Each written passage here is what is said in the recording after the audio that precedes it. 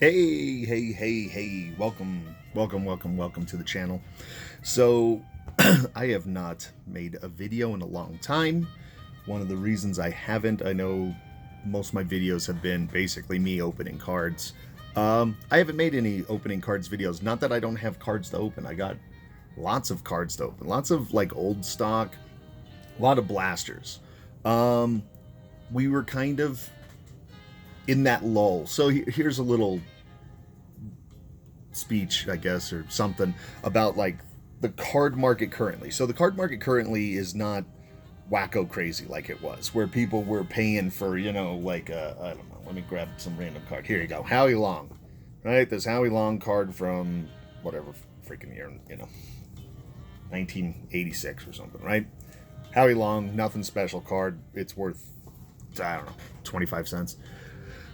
At one point when the market was going crazy, people were paying like $10 for that or something, like for some, and you'd be like, why is somebody paying all this money for this card? So those people have seemed to have gotten out of the card game, which is fine because they were really kind of screwing everything up. I mean, sure, it was nice making like lots of money off of them, but basically the easy money kind of bounced. There was people that like hopped in trying to make as much money as possible. Easy money, like just being dumb, everything like that. Now some of those folks are still in it, but the thing is they got smart, which is the thing. You used to collect when you were a kid, and why is my zooming thing in and out?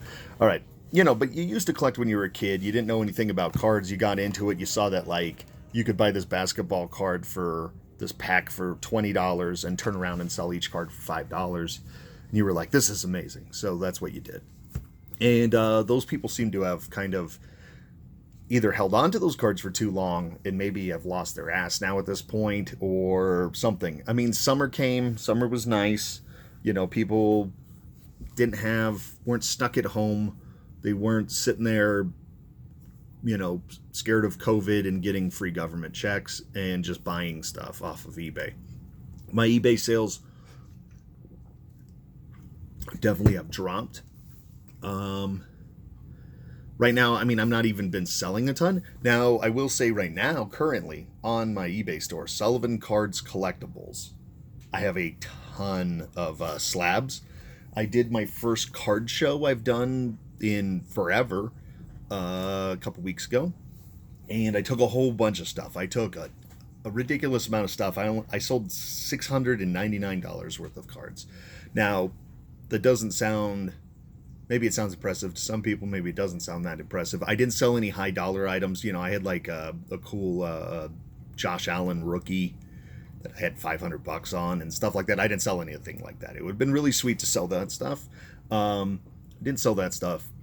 I did sell a lot of dollar cards, probably like $1, $2, $3, $4 cards. I probably sold $200 worth of that stuff. And then the other, like, there was a couple $25, $40 purchases, things like that.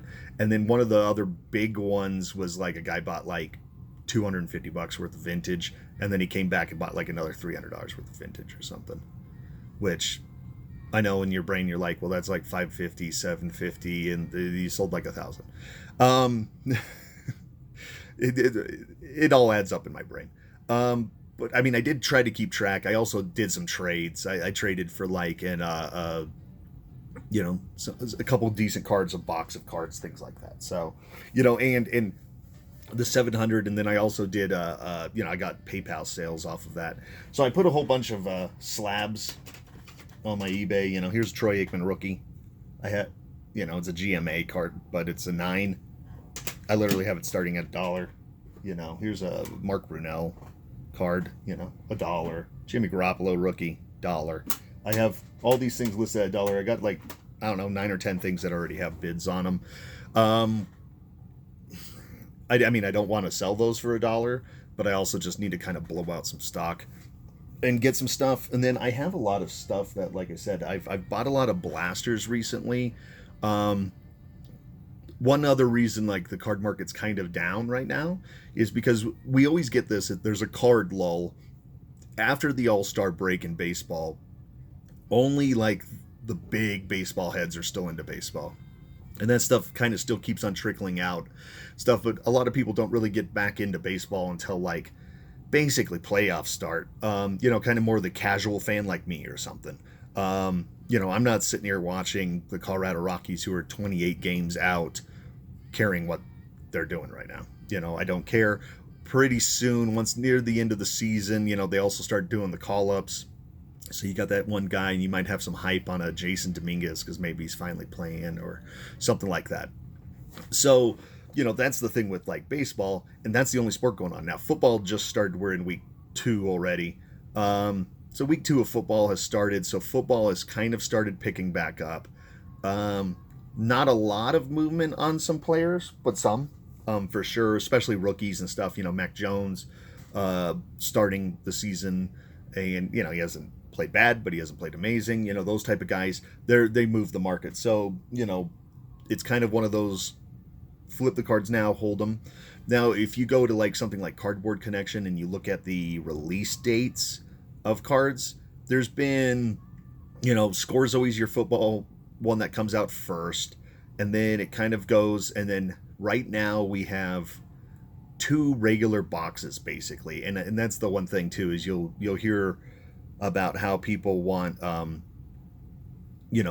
rookies in their pro gear and not their college gear. Some people want them in their college gear. Some people don't want them in their pro gear. If you're an LSU fan, then you want them in their college gear, or an Alabama fan or something like that. It's just the way it goes. And so right now, the only cards that are in that reasonable range, now there's like Gold Standard and a couple of those ones that came out, but those are those ones that are like $500 and you get 6 cards kind of boxes. There's only 2 boxes. It is Topps Certified and not Topps, it used to be Topps long ago. Certified Football, of course, made by Panini. And then there's Certified, and there is Donruss just came out. It's looks like it's going to be a while before it's going to be 2022 by the time Select and stuff like that. It looks like it might be like end of November or something, probably almost December by the time like Prism maybe comes out, things like that. We were sitting there staring at the release dates, and there's like 4 weeks or something before really the next big product comes out. So you might be in week 6 or 7 of NFL before there's like another box. Usually like by the time October starts, like Panini Phoenix comes out and XR and a bunch of those. Now, is there a reason for it? Who knows? Maybe there's production problems. Maybe some of these cards are made in China. I mean, I know like, things like even like NFL jerseys and stuff are made in like Guatemala a lot of the time and things like that.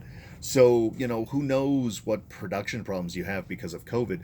But also the Fanatics thing, where if you're not aware, Fanatics is that huge conglomerate company that basically wants a monopoly on everything. And so what they're doing is they already, went underneath, backdoored Major League Baseball, got all the baseball contracts, and Topps is pretty much out of business next year. Now, what's going to happen? They're probably going to just buy Topps. You're still going to have Topps Baseball, and it's just going to be owned by Fanatics. But who knows? Because there's, the funny thing is the companies now, football's up in a couple years, so apparently they've already started signing deals with the NFL Players Association and stuff, but the NFL contract thing doesn't come up for quite a while. And then the NHL's even further out. It's like another year or 2 after that. So NHL might be the one that really holds off his Upper Deck. But what you got is you have one company trying to kind of take over the whole card market. But here's the thing is it seems they need all that IP. They need the production facilities. They need the certifieds, the prisms, the something. What are they going to have? They can't. Fanatics can't just fire up their own plants. They can't just start making their own things. I mean, some of these, especially baseball Topps, some of those ones have been made for 100 years almost. So and some of them have been made in the same things and stuff. Are you going to all of a sudden not have Bowman Chrome, or something like that? That's not going to be the deal. That's not how it's going to work. So the companies that are current kind of have a good deal because they can pretty much say, okay, you got to buy us out to have your business that you bought the stupid license for. Here's how much we want, and ask their own damn price, or even ask to kind of stay in it in something. I know that there was the Las Vegas big Beckett Summit thing. My boss went to it. But people even told us, and I've seen videos even, they were talking about how their Topps was talking about their Star Wars cards and stuff like that. Panini was talking about UFC. Some of them were talking, both of them were like talking about their soccer products, stuff like that. There was no mention of the current sports, because why hype something that Fanatic is probably going to be trying to own, or does technically own the contract for, but there's no way for Fanatics to make it. So who knows? Maybe Panini is slow rolling product to screw over Fanatics. Maybe they're going to produce these cards and then keep them. And, it's just because you lose the contract doesn't mean you can't sell your old stuff that you had the contract for. Who knows what's going on? So it is kind of a big, weird thing. This card boom created that. All of a sudden, where Topps on a regular year would make $250 million profit, made, $800 million profit. So some company like Fanatics rolled in and offered $1.5 billion, just like everything, especially here in the US. If you are somehow not an American watching this, pretty much all our big giant companies are now owned by these conglomerates. It's not even like the Nestle's and the whatever, that used to be like these big corporations that owned everything. It's all, investment groups and stuff like that. You go, a good example is you see them all the time, those made for TV junk, Bell and Howell, right? Bell and Howell is one of those companies that's been around for 100 something years, and they always produced camera equipment and stuff like that. And now you see, like, buy the Mega Light, 10 times brighter, blah, blah, blah, Bell and Howell. Buy the something outdoor camera, Bell and Howell. You see those type of, those nonsense things, like kind of like the Flavor Wave oven or something, right?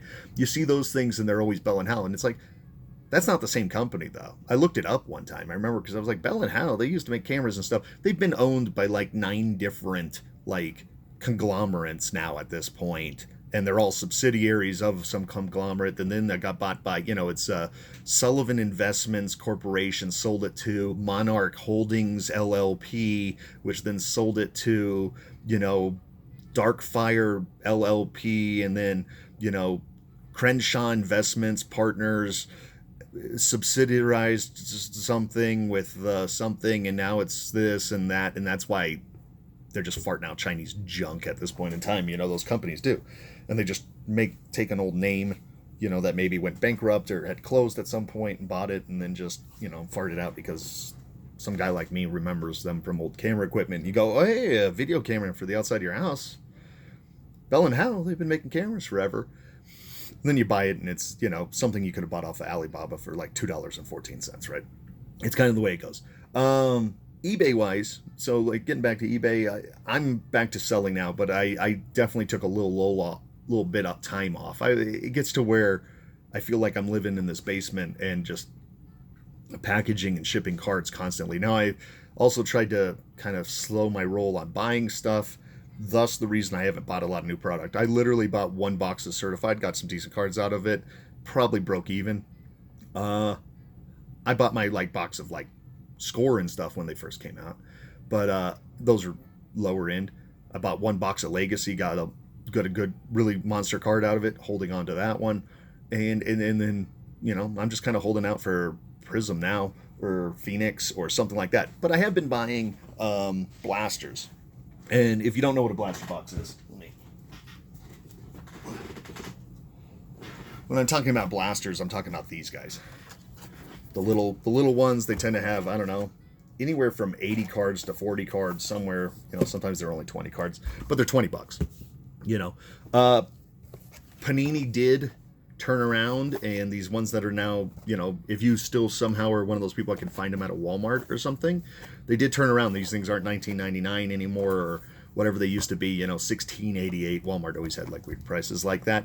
They've now upped the prices on those distributors and stuff. They don't even technically, Walmart doesn't even really, I mean, they sell them, but the way it is like they rent the shelf space, and then their distributor comes and puts them in something. Targets still don't sell them. I don't know if there's other Targets that do. Targets don't sell them though. Targets you can only buy online, which is what I do. Is I'll just hop on Target.com every now and then and see what new stuff is out. Some people do the whole waiting for something to be released, and then they unleash their things and they try to buy as many as possible. Things like that. There's select basketball and stuff like that people have been sucking up on there. Anytime I hop on, there's always just like the same thing. Prism draft picks, football, and stuff like that, which is fine. I haven't opened Prism draft picks football, so I'll open one box for $20. I paid $20 for these things. And, that's kind of what is available out there. There's a lot of weird places that now sell cards. I've never been a card scalper. I haven't been one of those guys that goes and waits 3 o'clock in the morning. And sure, you could have made a killing at one point, but out of pure laziness. But also, I don't, I am semi-retired, and the last thing I'm doing is camping out at a Walmart parking lot at 4 o'clock in the morning to try to get 2 boxes. Sure, maybe could make $100, but I don't know. My time's worth more than that to me. It's just not really worth it. And so, but there is places, we get people that sell stuff all the time in the shop. And, I always ask them where they get their stuff. And, Barnes & Noble now sells cards. So you can walk in there randomly at any point, and they might have some cards behind the counter. They keep them behind the counter, apparently. Heb. I was not aware. Apparently, Hobby Lobby sold cards, and you were able to. There was a guy telling us a really funny story. Apparently, Hobby Lobby, you were able to get a rain check for the items, and then they would send it to their warehouse, have the warehouse send it to the store, and you could come in and pick it up. They stopped doing that because some guy ordered like 25 cases of cards. God knows how much that would have cost. But yeah, he ordered like 25 cases. He wanted a rain check. He said, order them in. I'll come pick them up. And like literally showed up with like box truck to get his 25 cases of some card.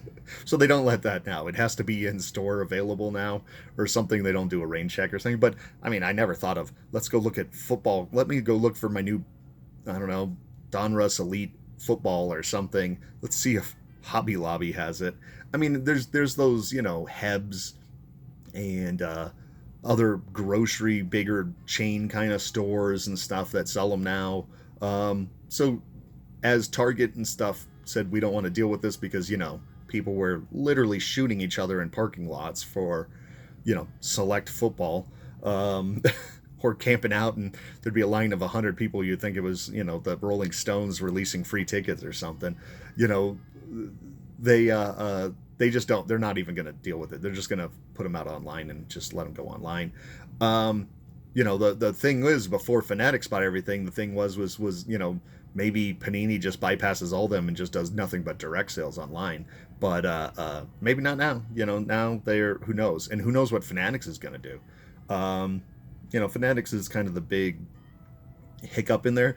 The Fanatics deals, I think, is going to more affect the third-party like distributors, the blowoutcards.com and stuff like that, where, you went to blowoutcards.com. I remember I'd always go to them long ago. You click on the best values, and they'd have 2014 something and 2012 this, and they were like old dead stock that nobody wanted, and you'd buy it hoping to get a Teddy Bridgewater rookie or something, and maybe you paid like $30 for those boxes.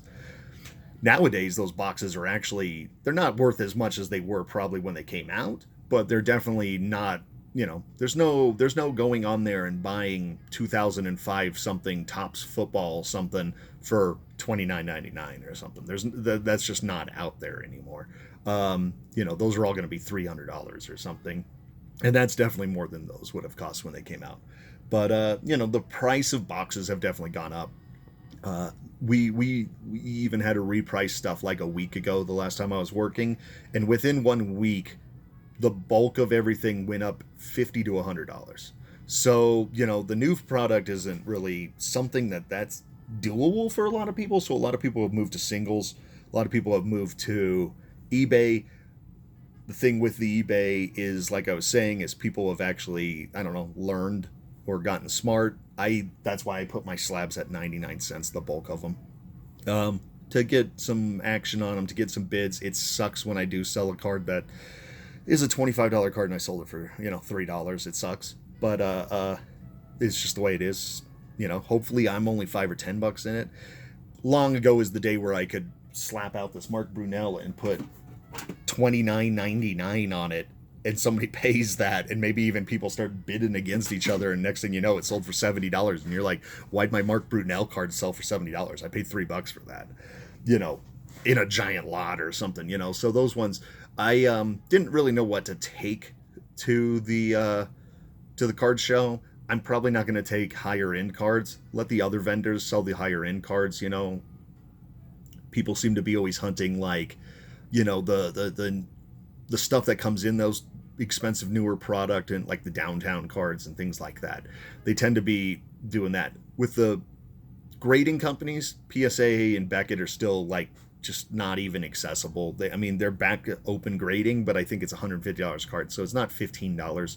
So you can't buy those new boxes and just send in the entire box to get graded and then sell them and stuff. And right now we're kind of in a junk slab era anyways, as people have now started getting their cards back. I go to eBay all the time and I'm always looking at lots, and there's some cards on those lots that are ridiculous. I don't get why somebody ever graded a Giannis Antetokounmpo year 7 Topps Hoops premium card. Why? It's maybe a card it's a base card. I don't know. Maybe if you were a big Giannis collector, you could have sold it for $1. Why would you pay $15 and grade it? And, good luck getting more than $2 for it. You're not, the market definitely died on that, where people were just buying any slab, especially if it said PSA 10. That luckily they themselves killed that stupid idiotness. Of course, now all it takes is Gary Vee to go and make a tweet that's talking about how everybody should buy SGC 7s or something, and everybody will start running out and buying up all the SGC 7s or something. But I've still been just grading a lot with SGC. I definitely have built back up I've definitely added more cards to my PC. At the shop right now, I have a box saved for myself. I got things like a Gale Sayers rookie and stuff like that in that box. I'm not going to have enough money to like buy all the cards in there that I want right off the bat, but I'll make a deal with my boss and probably buy up some of those depending on what he's wanting for them. But definitely more market movement in vintage cards. I think people finally came to their senses and realized that they're not making more Mickey Mantles.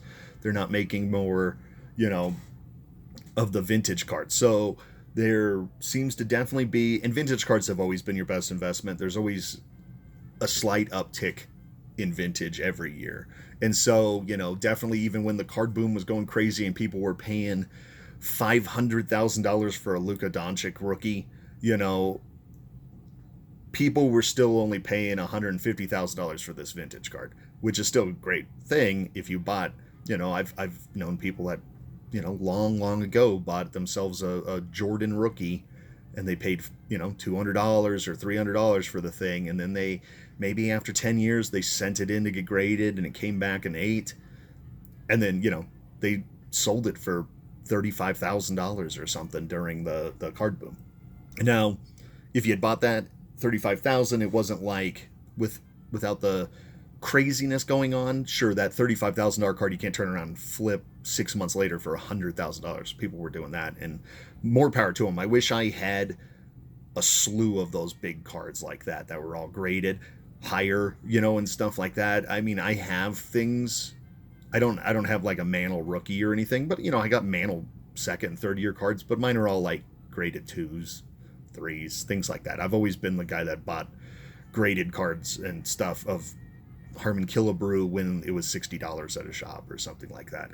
That was always me. And maybe that Harmon Killebrew is now worth 100, or 150 or something, but that's not really, you know, some cards for me to get them out of my PC would be, I need to be able to pay off my car, or something like that. This is something I've done forever, collecting cards. It's definitely a more serious thing now that I'm like semi-retired. It's kind of more my business to make some extra money on. It is definitely something I'm a little more in tune with, but it is not something I'm looking at like buy the stuff, flip it, cash out as quick as possible kind of a thing. There's some things I'm going to hold on to. A lot of modern players, not going to hold on to them. I'll tell you right now, like here's a great example. I don't know when I'm going to put it on my thing, but I got one of the Mac Jones. He's in his he's in his gear, and it's the graffiti rookie.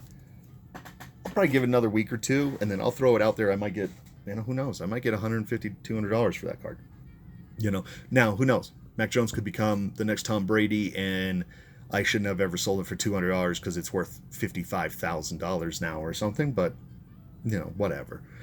I also could hold on to. I could also hold on to it, and he completely sucks, and he becomes, I don't know, Stidham. And I just recently sold a Stidham card for like $25-$30 that I had paid like $50 for 2 years ago. Because hey, he was going to maybe be the heir apparent, and once they got rid of Cam Newton, it was like, oh, this is Stidham's time. Then they draft Mac Jones, and then Stidham gets injured. What are you going to do? Gardner Minshew type guys, things like that. It's kind of funny though. I have pulled up all my Teddy Bridgewaters. He's 2-0 now for the Denver Broncos, and has thrown almost 600 yards, 4 touchdowns, 0 picks. So all of a sudden people are like that. One guy that's hilarious that I've kind of always collected just because I liked him, and then when he came back, and he had that amazing playoff game for Washington, is Taylor Heinicke. I have a Taylor Heinicke like rookie card I graded just for myself, for my personal collection. I just went online. That card by itself is going for like $50. I mean, I paid $30 to grade it, but I mean, I paid $1 or something for the card long ago just because I like Taylor Heinicke. The funny thing is, I even just recently from my boss picked up, before he's now had two solid games. I picked up some of his rookie autos. I just was online trying to see if I could buy some more. They were going for like $50, $40 and stuff, and all the way up to $150, $200 sometimes. I think I bought them for like $3 or $4 like a month or so ago. So hey, maybe that's my one where I actually got smart. I think I'll flip them here in a little bit and make a couple $100 off those. So it is good what it is. I don't think I don't. It's not like I ripped off my boss and he just moved them because they were in an old box that I found. And people aren't exactly coming into the store looking for Taylor Heinicke cards. Now maybe if you're a Washington football team fan or something like that, maybe you're looking for him. I doubt there's any big Old Dominion fans for where he used to play back in college long ago. But yeah, that's the kind of the card market right now. Right now I have I got to up my eBay sales. I got to start putting out it. We are getting to that time where it's going to start getting colder. People are inside. Football season's going on. Basketball season will start. Hockey season will start. All those cards will start kind of moving a little more, especially if the product's coming out slow. There's not a huge excitement with the rookie class this year in basketball. It's kind of like last year's basketball, where look and see number 1 pick dude from Oklahoma State. He's probably going to be your big seller right off the bat, and then as a couple guys pick up, there's the James Wisemans that were decent sellers because they were the number 1, and then there's the LaMelos because they played well, and then there's the other guys, the Patricks and stuff like that, who played pretty good and had some potential. I got a Patrick card on my eBay. You want one of his auto rookies? I got it for like $85. I don't know. I have it for $85. I kind of don't even want to sell it for that. It might be a $200 card, once the season starts. But I got it on there right now for $85. So let's see. I think I'm $80 into it, $70 into that card or something. So I'm not even making a lot of profit off that. But let's see what if I can get. It's just kind of the way it is. So I promise I will be making some videos soon of me opening more product, if that's kind of what you tune in for, the 30, 40, 50 people that seem to watch a video every now and then. I will be opening some of these blasters, things like that. Let's see if we find some stuff. Now that next card show I'm going to be doing is in November. So, you know, it'd be nice to have some of my vintage stuff and then some of the newer stuff to be able to sell at the card show. And also, it's always nice to sell some stuff. There's not anybody really in any of these current classes or current years that are like, oh, I got to hold on to that guy. I really like him or something.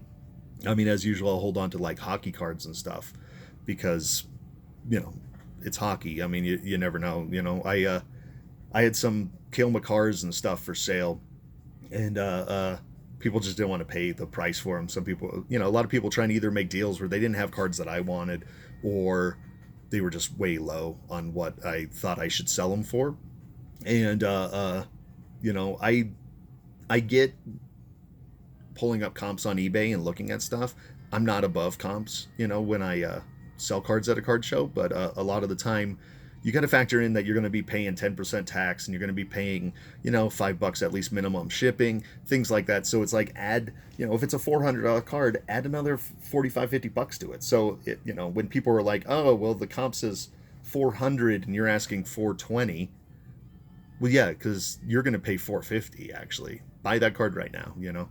So that's the way I usually do it with card shows. I'm not really. I did at some point during the card show just make a whole box of slabs half off the price that I put them on just to move them. I sold, you know, a Saquon Barkley rated rookie that I for $20 or something that, you know, was a PSA 8 because, you know, yeah, it's Saquon Barkley, but I was probably $15, $20 into that card. I'm breaking even, whatever, get rid of the card kind of thing. Nobody was interested in that $40.